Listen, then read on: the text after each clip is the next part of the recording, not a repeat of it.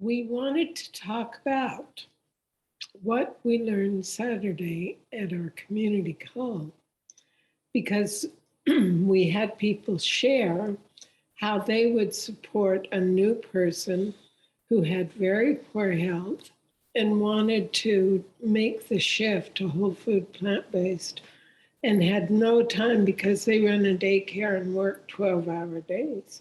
How are you going to support them to make this shift and make it easy without a lot of cooking or any cooking? Yeah, it was great because most of the people that were on the call don't like to cook either. Yeah. So they've been through the cycle of figuring out how to be able to eat whole food plant-based in order to have the health back. All of them were so clear on how worthwhile the change was. Yeah.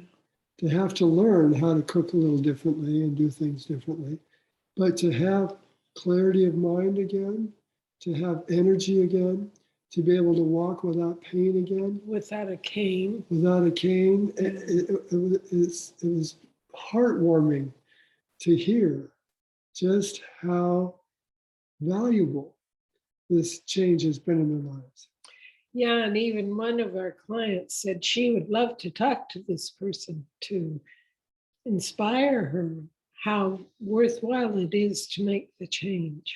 And what was it she said? She said, gosh, if I hadn't made this change, I try to think about my life right now, I'd be sitting on the couch in front of the television, hurting, feeling low and depressed. And instead, I'm going to Moab, Utah next week for a week of hiking and camping and exploring. Her life has just turned around.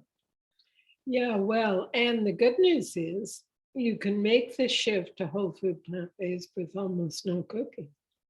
If you have an interest in having better health, more vitality, thriving as we're designed to do, you can use frozen veggies, frozen greens, canned beans. What else? Well, then the other thing that everybody brought up was batch cooking. Oh, yeah. So if they're going to cook for beans or they're going to cook for grain, they'll do that in a large batch so that they have enough for 3 or 4 days, or if they freeze it, weeks. And that way they only have to be in the kitchen for a few hours on the weekend to be able to set everything up. And what they do point out, it does take some planning, some strategizing ahead of time so that on the weekends, you figure out what you're going to eat that week if you don't have much time to put into the kitchen.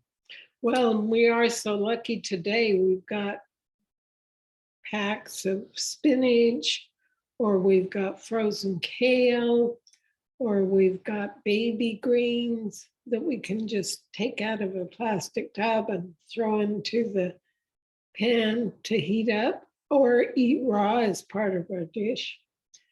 It really can be done with almost no cooking today.